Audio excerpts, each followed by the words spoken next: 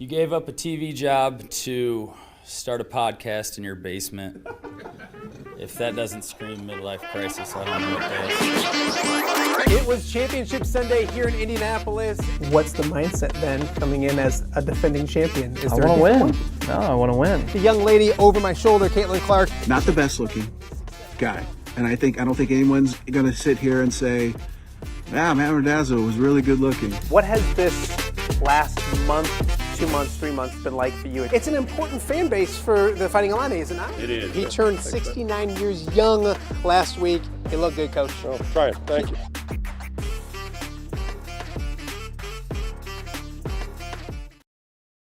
Welcome to a special post-game edition of Off the Air with Matt Randazzo, along with the Hawkeye Report podcast, because the Iowa Hawkeyes just wrapped up a victory to open the season 34-7 against Albany. We figured what better way to kind of break it all down than to do a little late night off the air special show and kind of couple it with the Hawkeye Report podcast. So without further ado, we're going to get right to our good friend Tom Kakert.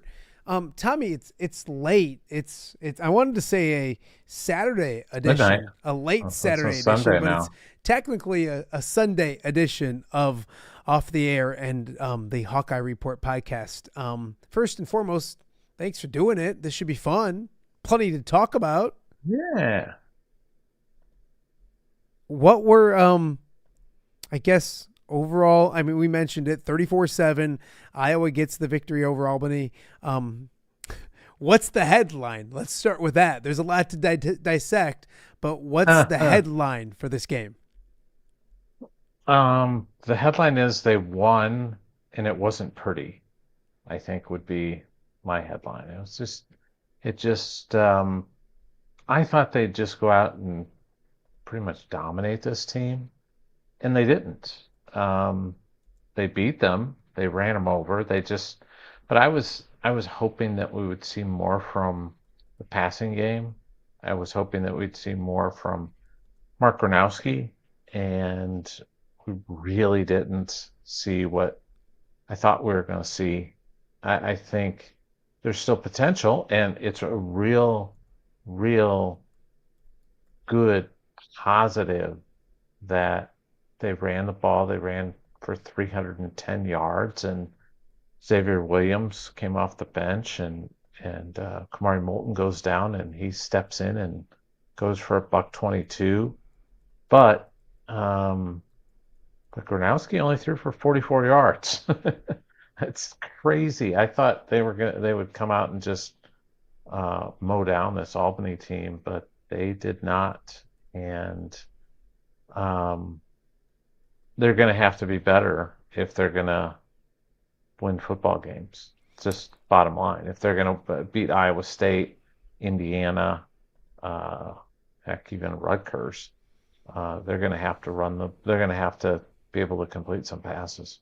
We'll get to the $1 million question right now, because I think if you would have told people that Iowa won 34-7, and it wasn't, there was that point where Iowa was down 7-3 and everybody was looking around like, wait a minute, what's going on? And then they dominated after that. They dominated the rest of the half.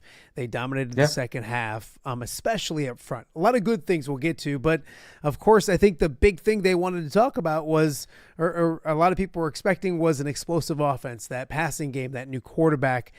Take me through, I guess, your initial thoughts of Mark Gronowski and what went wrong. When you look at it, I think I can pull up his stats here real fast. You probably have them right in front of you, but I do. They started off throwing the football, He was 8 of 15 for 44 yards, 1 touchdown.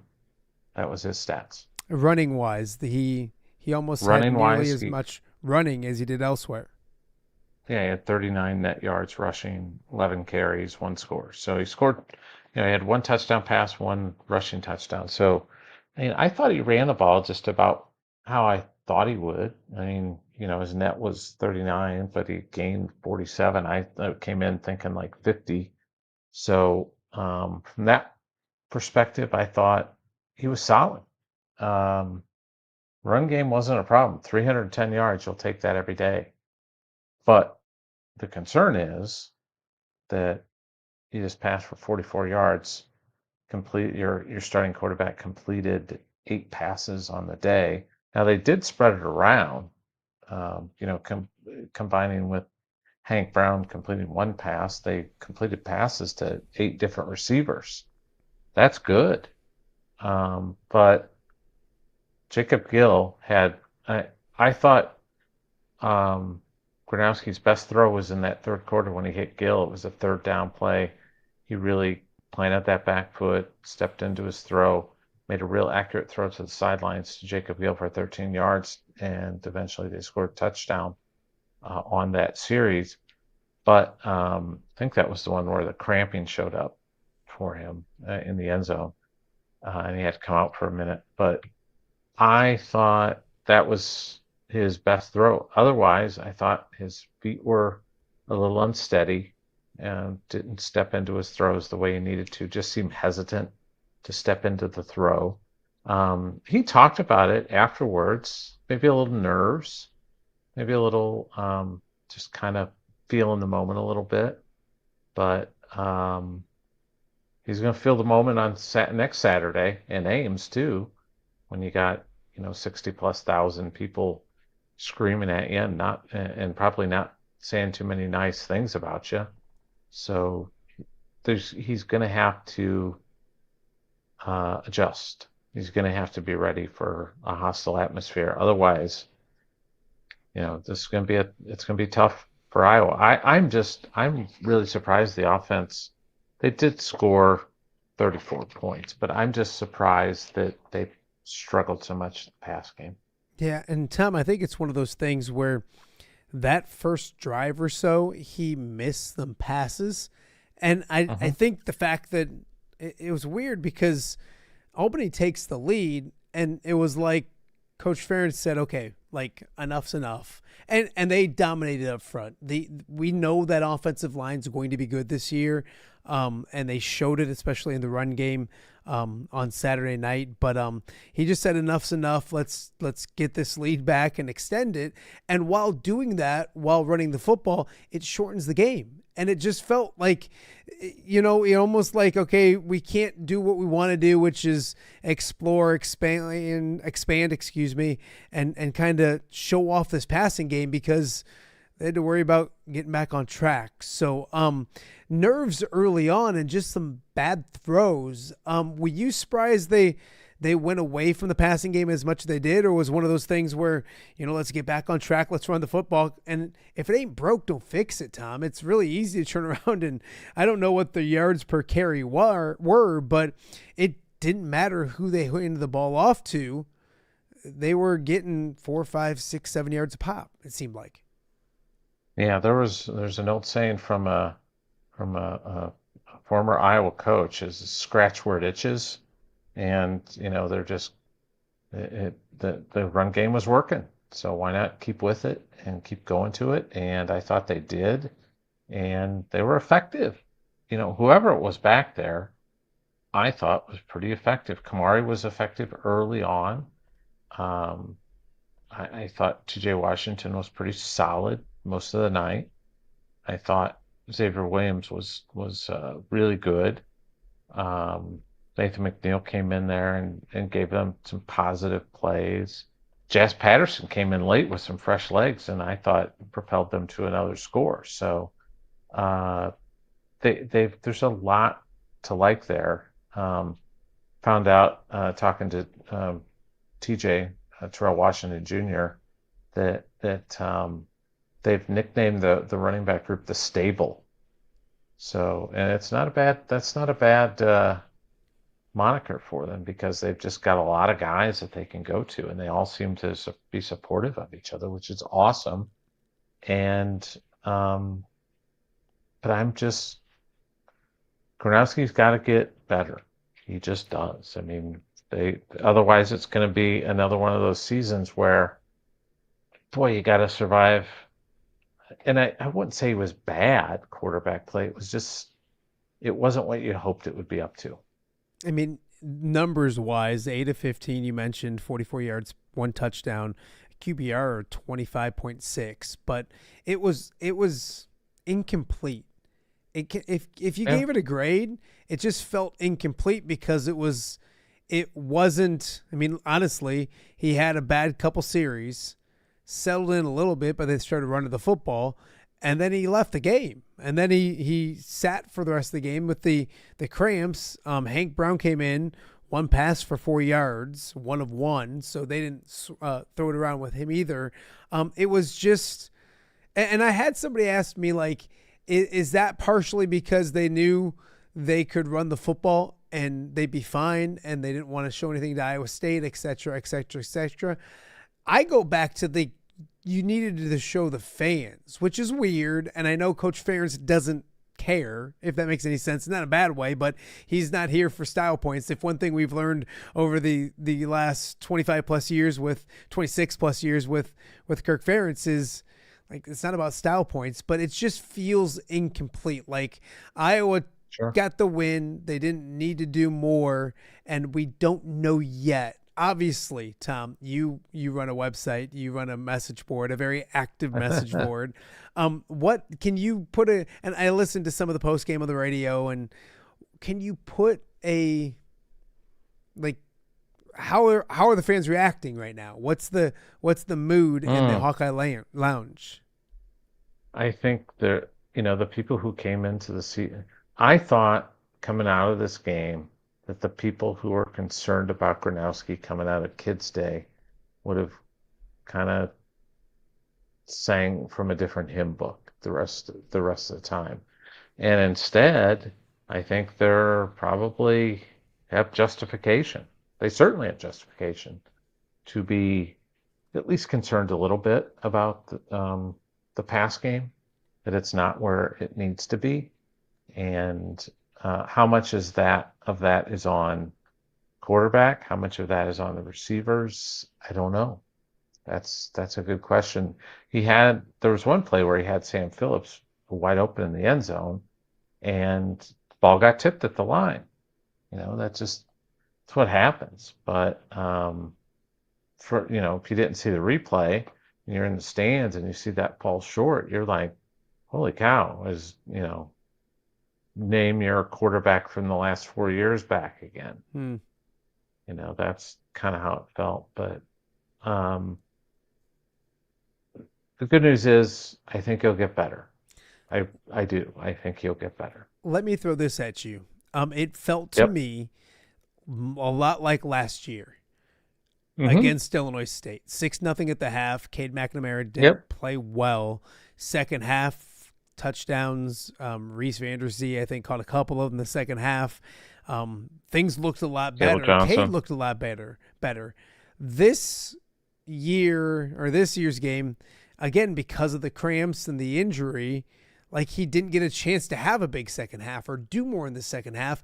Plus, that game, it was 6-0. It was still a football game.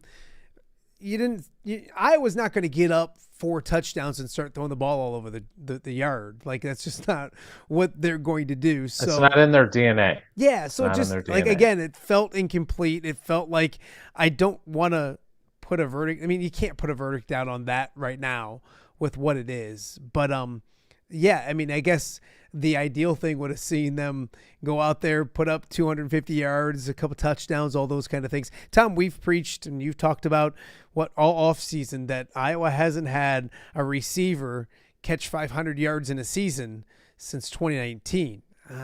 Tom, it's not off to a good start. Not a good start if we're looking at what we're looking at and those kind of things. But you mentioned first drive, they go down the field. Looks like it's going to be a touchdown. They end up having to settle for a field goal. Second drive wasn't good. And then all of a sudden it was 7-3. And Iowa did bounce back. Let's talk offense, good things, because they scored 34 points. Not a very good team. They scored 34 points. Offensive line really good. We talked about those running backs and that stable. But there's now suddenly, Tom, almost a little bit of an injury bug coming about. And it's funny because before, I think it was Tuesday, you heard Kirk talk about, they Tuesday. Got through camp. He Thursday. jinxed it. And he said, like, I don't. Tuesday. He said, I think we got out good. Reese Vanderzee, he said week to week before the game, and he was in a boot on crutches, I think today. Yeah. Yep. Um, Yep. the offensive lineman from Ferris State, George, got dinged up. He was in a George. sling. And then Yeah. Kamari Moulton, Moulton. who you really want to see, I don't want to say they gave him the job last year, but that was going to be their horse. He had the first crack at it. And then obviously Caleb Johnson did what he did, and the rest is history. But again, hurt during camp a little bit, really wasn't out a ton of practice, and I believe he was in a sling as well after the game. So they're all of a sudden 3 injuries, weird injuries in the span of 4 days. What do you know about those? I don't think we have much information. Obviously, Reese, we know a little bit about the other two. Kind of wait and see. Yeah, I asked Perk after the game about the injury. The Bryce George thing he thought was really weird because it was just during warm-ups, and all of a sudden he's gone, and it sounds like that's going to be a long-term one. So you feel bad for him because he's a graduate transfer, came into Iowa this year, and now that year's going to get pretty much blown up. So he's going to be out of luck to get an extra year or two. So they've got that deal with Kamari. He said he would know, fairly soon how long he'd be out. But I think it's probably unrealistic to think that he's going to play in Ames. Who else did we have on the injured list? Reese Vanderzee. Reese Vanderzee. That one was weird. Kirk talked about it. He said, he just kind of, like in a meal thing on Wednesday, and the kid comes up and starts telling him that his foot is hurting him after, a couple days of nothing. So it's just, he was fine, and then he wasn't. So he's going to probably be out a month, of my guess. And the same injury or a similar injury last year, different foot. So it's that's a bit of a concern, but hopefully he can get healthy, and hopefully he can get back out there soon because they need him. We talked about the running game and the running backs. What were your thoughts on the offensive line, the rotation? Obviously, left tackle was an area of interest. What did you see offensive line wise? And you can't complain when you look at the results they had on the ground. Yeah, I thought the line was really good. I thought Logan Jones did a terrific job up front. Pieper was solid. I mean, they didn't really have any penalties. They had one, ineligible man downfield. I think they got Dunker for that, maybe. But Dunker was good. All those guys just solid. Dotzler got in there. I thought both Dotzler and Trevor Luck both played pretty well. Yeah, the offensive line was absolutely fantastic. And we mentioned the stable of running backs. Tom, I was sitting up there in the comfy press box these days, and I said, where's Jazz? Where's Jazzy and Patterson? And I was surprised it took a while to get to him, but he made the most of his opportunity with some fresh legs and some nice runs. We were wondering what's the pecking order at running back. We kind of saw it today with Moulton, and then what would be Washington, and then Williams, and then Patterson, and then the freshman that I think everybody's excited about. So I think we kind of saw that there, but everybody took advantage. And Tom, you could see it with McNeil. A little shake to him, a little explosiveness when he got on the field. Yeah, he was really good. He had a couple tough carries early on, but I thought he got better. And I was really impressed with Jazz because he runs so downhill angry and looks like he's lost a little weight. But he looked great. I thought TJ Washington looked good. I thought Kamari looked good. Obviously Williams, they were talking all about the post game was about the size of his thighs because he's just so low center of gravity, smaller guy. Just kind of, has that power built to his lower body, so he can run through He's just tough to bring down. So, he'll get caught from behind where Caleb Johnson probably takes it to the house. I think Williams gets caught, but he's going to move the chains. And they're off to a good start running the football, 310 yards. I'll take that every week, but it's just passing game just has not shown signs of progress. Yeah. Xavier Williams was 122 on the ground, 11 carries, had a 43-yarder. You kind of mentioned it. It was, and it seemed like not with just Williams, but like a lot of guys. They were one play away from making, a 7-8 yard run into, almost a touchdown run. So real close in the, and I think that's what we kind of got spoiled with last year when it came to Caleb Johnson. It was just turning it to him, and the 15-yard gains turned into 60-yard gains and touchdowns and all those kind of things. One more about the offense. We'll take a quick break and then come back, and I want to get on the defense. We wondered how much they would run with the quarterback, with Gronowski. 11 attempts, Tom, and that's not just trying to think how many were just like flushed out of pocket and run, but there were, I would say 8 or 9 designed run calls for Gronowski, maybe more. Your thoughts on? They are ready to utilize his legs, that's for sure. And he's not shy about it either. There was some, base quarterback draw with Logan Jones up front of him, leading the way. That was, I think, an 11-yard run, maybe something like that. But he is just not shy about it. And it's, I was telling somebody today, that's like what you saw Riley Leonard do with Notre Dame last year, where he can pick up those 3 or 4 yards. And once he does, that just keeps those drives alive for another first down. And that's, I think, what Gronowski can do for this Iowa offense. He can keep drives alive with his legs, pick up 3 or 4 yards on third down, keep them moving down the field, and potentially put more points on the board. Because, we saw like Drew Stevens' range today, career best 55-yarder. And that one was probably good from 60 plus, 65. So he's got a big leg, and that when you keep those drives alive, it gives you a chance to put points on the board. Yeah, no, looked good running the football. Also, Tom, I will point out this last one on quarterback.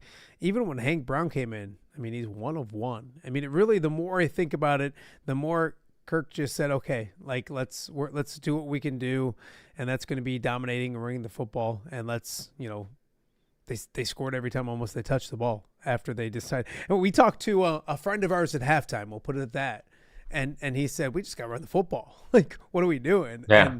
And that's exactly what they did, and obviously the Hawkeyes win. Iowa wins 34-7, the final score. Tom Kakert here, kind of an off the air with Matt Randazzo / Hawkeye Report podcast late Sunday morning. We're going to take a quick break, pay a few bills, and then we'll come back and chat a little bit about the defensive side of things and the special teams as well, which was good. And maybe a sneak peek at Iowa State real fast before we get out of here and get some well-deserved rest. So we will be right back after this. Fathers.com and reunite. All right, be honest. Are you craving Hungry Hobo again? That fresh sliced meat piled high on those amazing sandwiches, hot off the grill chicken and steak, with all those delicious toppings, the biggest and best selection of baked potatoes, or simply some waffle fries dipped in cheese. Well, now that Quad City favorite is even easier to get. Download the Hungry Hobo app today. Order ahead, skip the line, and earn rewards all at the same time. There's Double Points Monday and exclusive specials as well. With 12 locations in the Quad City area, it's Hungry Hobo, now even easier to find, but still hard to resist. Rafferty Funeral Home, dedicated to serving families in the Quad Cities since 2007. Hi, welcome. Here, come on in. An experienced staff plans each service to reflect the unique life and legacy of your loved one. Rafferty Funeral Home is proud to serve our community with dignity, respect, and compassion, helping you to celebrate your traditions and lasting memories no matter your faith, culture, or budget. Rafferty Funeral Home in Moline. Call today to discuss prearrangements.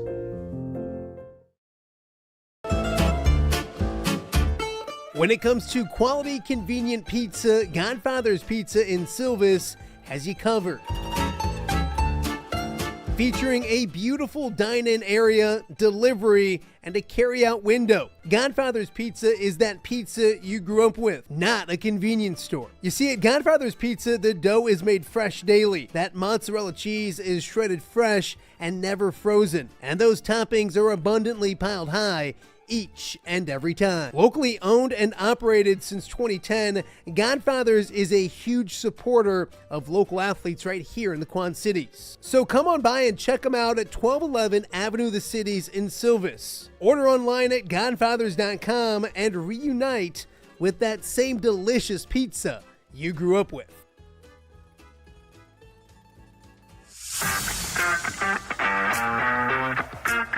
Are you looking to take your next party, tailgate, or golf outing to the next level? You need Mobile Party Experience. MPX features 3 top-of-the-line party trailers equipped with all the amenities you need to party like a rock star. Smart TVs, Yeti coolers, JBL sound systems, grills, bathrooms, and much more. Mobile Party Experience is an experience like no other. Check out my-mpx.com or call 563-514-1470 and book your Mobile Party Experience today. Welcome back to Off the Air with Matt Randazzo here on a late night Saturday, early Sunday. Also a Hawkeye Report podcast as well. Our good friend Tom Kakert joining us, breaking down what it was an Iowa victory, 34-7, your final score. We talked offense before the break. Let's talk a little defense right now, Thomas, because for the most part, I thought they looked good. Second quarter, what was it, late first quarter, early second quarter, Iowa goes down 7-3, and you're kind of starting to think a little bit. And then second half, they just shut it down. Played really well. I thought it was a solid performance for the defense. I think there's some things I want to see that we're going to need to see in order for it to be an elite defense or a really good defense. Solid first day. What would you say for the defense? Yeah, I thought it was, 177 yards of total offense is what they allowed. That's pretty good. You would take that. And then you look at it and break it down. I believe only 18 yards in the second half of total offense that they allowed. So that's impressive. I mean, that is really impressive. So I talked to Jaden Harrell and TJ Hall after the game, and basically the message was, it seems like they just kind of, I wouldn't say relaxed, but just kind of didn't do the things that they normally would do or play the way they were supposed to play for one drive. And that's when they got hot and they get the touchdown pass to go up 7-3. But other than that, they're just like, we got to get back to fundamentals, get back to who we are. And they allow 18 yards. So, nobody really jumped out tackle-wise. I mean, TJ Hall had 5. Lutmer had 5. And then a lot of guys with 4. Really, sacks were limited. Graves had a sack. So they had some tackles for loss, 5, right around line of scrimmage. So they did well. They just didn't get any turnovers. I think they were hoping to get a couple of those, but that just didn't materialize. So, but otherwise, I thought they played pretty well. Yeah, I think you're right. Solid. I mean, good numbers wise. But you mentioned the turnovers and you mentioned the pressure in the backfield. I thought there was a good, and Graves had 1. I thought someone else had 1 as well. I thought they had 2 as a team. Maybe I'm wrong. Maybe it was just the 1. It was Max Llewellyn. Okay. Max Llewellyn had 1. Absolutely. So Max Llewellyn had 1. and then Graves, and they got more pressure in the second half. They got to him a couple times in the first half as well when it got to pressure as well. But that's what I mean. I think you turned to me in the press box and said like, let's get a turnover. I mean, it's time for a turnover. They need to get a turnover here. And it just never materialized, never happened. So I think for this defense to be really good, and any Iowa offense or any Iowa defense, they need to take the ball away. And maybe that comes against Iowa State. I think that's the only thing I was waiting for or looking for. We got to give our good friend John Bodenkamp some love. He mentioned when we did our predictions, Aaron Graves leading the team in sacks. Right now he's tied for the lead in sack. He made sure he told us that while we were up there as well. But I think that is what we were kind of looking at. And you mentioned no outstanding like numbers when it comes to, somebody piling up 8, 9, 10 tackles or anything like that, but just a solid performance. And I felt like besides that one drive, Iowa took away everything that Albany wanted to do and forced them to kind of be one-dimensional, and it wasn't going to work that way as well. The linebackers, that's one of the questions we had coming in, and the cornerbacks, that's one of the cornerbacks. That's one of the questions. That back seven, maybe back six, however you want to look at it. What did you see? What did you think from that area of the defense? Yeah, I thought they were solid. I thought Jaden Harrell did a nice job. I thought Carson Shire was flying around a little bit, making some plays and being aggressive. And Rexroth was in there a little bit. So I thought overall they were very solid. Preston Reese is going to be a problem on special teams. He's going to get a punt or two this year because he's just such a freak athlete coming off the edge, and they're just kind of unleashing him and he almost got to that punter 2 or 3 times tonight. So I think he's going to be an interesting guy to continue to watch play football for Iowa. He's got some difference maker abilities to him, and maybe it'll just be on special teams this year. So overall, we got to mention Drew Stevens kicking a career high field goal. Yeah. And Reese Stockin, he only punted twice, I think. Don't get the stats here, but I think he only punted a couple times. And 2 times, average 50 for punt. So that is completely acceptable. And the good news is he only had to punt twice because Iowa was scoring some points after they got out of that little lull in the first. It was so funny because the first drive was, I thought, clicking along pretty well, and then just stalled all of a sudden, and they had settled for a field goal. So I think this team's gonna be fine, but Gronowski's got to play better. That's just, if they're gonna have aspirations for doing some different things, he's got to be able to put up some better numbers long term. The return game, and Caden Weegent, who we got the touchdown on offense, and you boldly predicted a Weegent touchdown on offense and on the punt return, and it never came. Had a nice one for 17 yards. Sam Phillipson late in the game returning punts as well. Yeah. I thought that Weegent affected Albany on kickoffs as well, because I think 2 were kicked out of bounds. Yeah. And you can even tell with the punting, one, they got some great bounces. They got some bad punts that there was one that went down to the 15-yard line that probably rolled 25, 30 yards. But you could tell they were kicking away from him. So affecting the game without, the big return and all those kind of things as well. Sam Phillips in the game late, had a nice punt return, 46-yard punt return at that point. Why late? Why was he in late? I think they just wanted to give him a shot to do some of those more than anything else. I know they really liked him and they're intrigued by him. So they gave him a shot, and, he almost delivered. Had a nice return. So we'll see where it goes. I still think Weege is going to still be the guy, but he's got some competition now. I don't want to get into Iowa State. We have an entire week to talk about that, but we have to Yeah, maybe wrap up a little bit with that because I sure. think that this looked like the game maybe we thought Iowa State might have with the sleepy, not sharp coming back from Ireland. They Hmm. won 55-7 and looked really good doing so. Now they have 2 games under their belt, better competition against Kansas State. Did Kansas State lose? I Yeah, thought I they heard barely people won. they barely did win, but they did win. Barely. I knew it was close.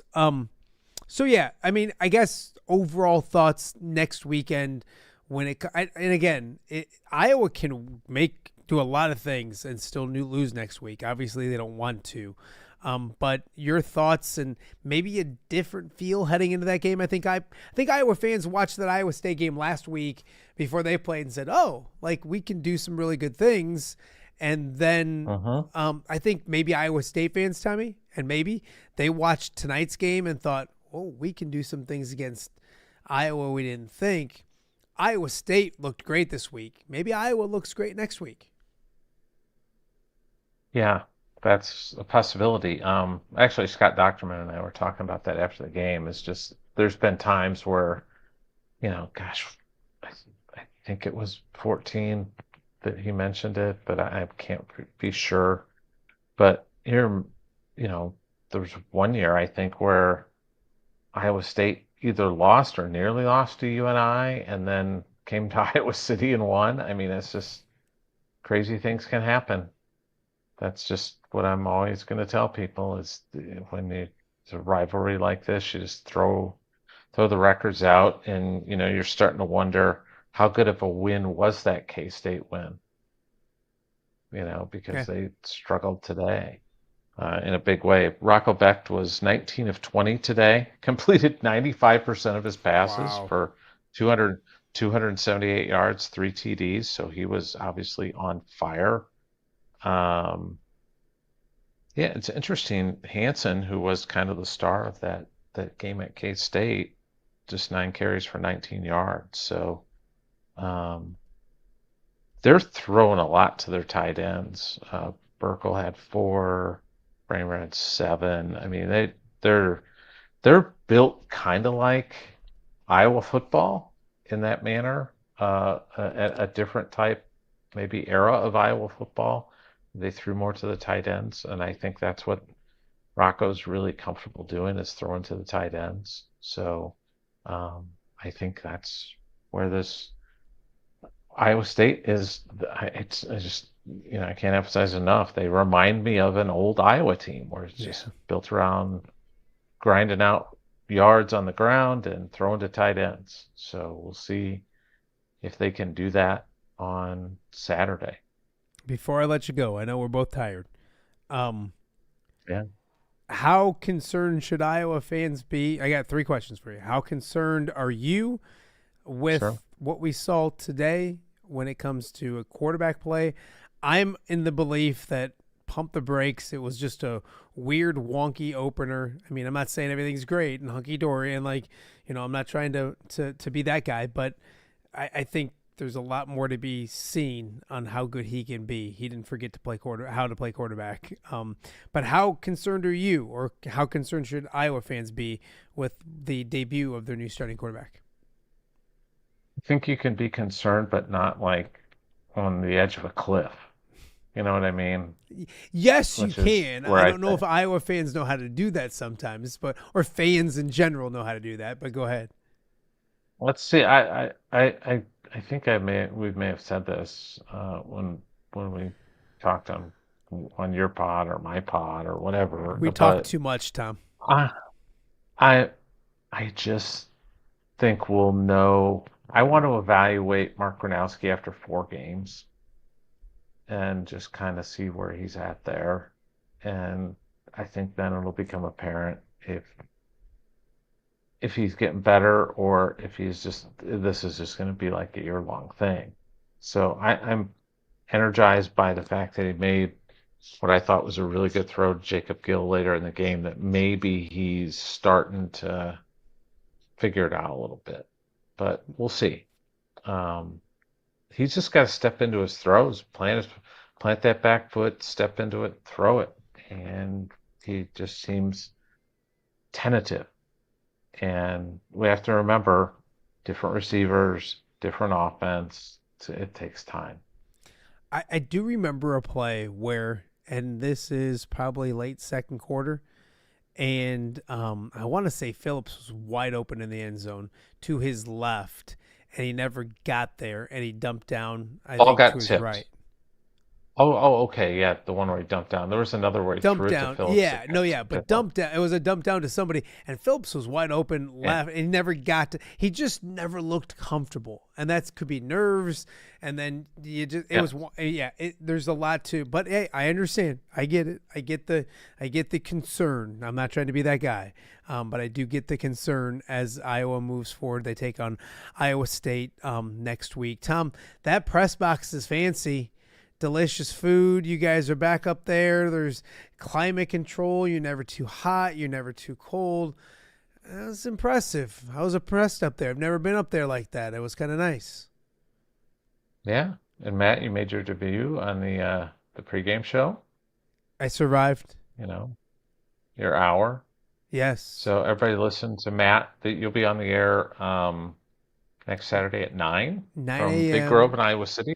Have tickets. You can go to Big Grove and hang out with Matt. Absolutely. I feel like the fun thing is we put a lot into the show when it comes to content. I mean, it was Brandon Scherf, it was Pat Anger, it was we had a little interview with Mark Gronowski from earlier in the week. Yourself and Chelsea Brown, not Chelsea Green, but Chelsea Brown. I didn't mess her name up. So I was happy with that. You didn't pick the wrong color. She's fantastic. She's awesome. Honestly, she's awesome. Sports director at KCRG. Yes. A lot of people listening to this know exactly who she is and watching it know exactly who she is. But Tom, we're wrestling fans, and there's a Chelsea Green in wrestling and Chelsea Brown. So I was worried about that, but both of you were on it as well. So I felt like we got a lot of good stuff in it. I'm happy to get through it. I think I know what I'm doing now, and I can't wait for the future. But, absolutely, if you guys can't make it there, Big Grove Brewery is exactly where we'll be. I'm trying to convince Julian to come up with me. I want to get him on for that kind of segment especially with Iowa State, or I should say the entity that is Iowa State. The entity. Yeah. So I figured he'd be perfect. So hopefully I can bring Big Julian along with me. Or have him meet us up there, whatever we do. So that's all next week. So appreciate the kind words. People stopped me in the parking lot and all that kind of stuff. I got some text messages and some tweets and all that kind of stuff. I'm just happy I survived. Kind of a big deal. Mess anything up. And I'm nowhere close to a big deal at all when it comes to that kind of stuff. So if you're watching this, obviously follow Tommy at the Hawkeye Report. Go check out the Hawkeye Report when it comes to everything you need, post-game stuff throughout the week. Kyle carries Tom. Dennis carries both of them. Blair's killing it. Tanner's awesome. So a great place over there. So go check out the Hawkeye Report. If you're listening to this on the audio version for the Hawkeye Report podcast, go ahead and follow Off the Air with Matt Randazzo. We'll talk a lot about Iowa athletics throughout the week. Obviously, the Cy-Hawk week is going to be big and important and all that kind of stuff. So make sure you do me a favor and give us hit the subscribe button on YouTube and follow us on the podcasting platforms as well. So Tommy, I think you done good. Day one, week one is done. Get some sleep. We made it. And get ready to rock and roll, because it just when you think we're getting going, it's Cy-Hawk week. So we got a lot to get to. I know. Got a lot to get to. All right, Matt, all right, thank buddy. you. Yeah, absolutely. And everybody listening to this and watching this on Off the Air with Matt Randazzo, no show on Monday because of Labor Day. Check us out in the Labor Day parade. And we will see you back here on Tuesday. Thanks for listening and watching.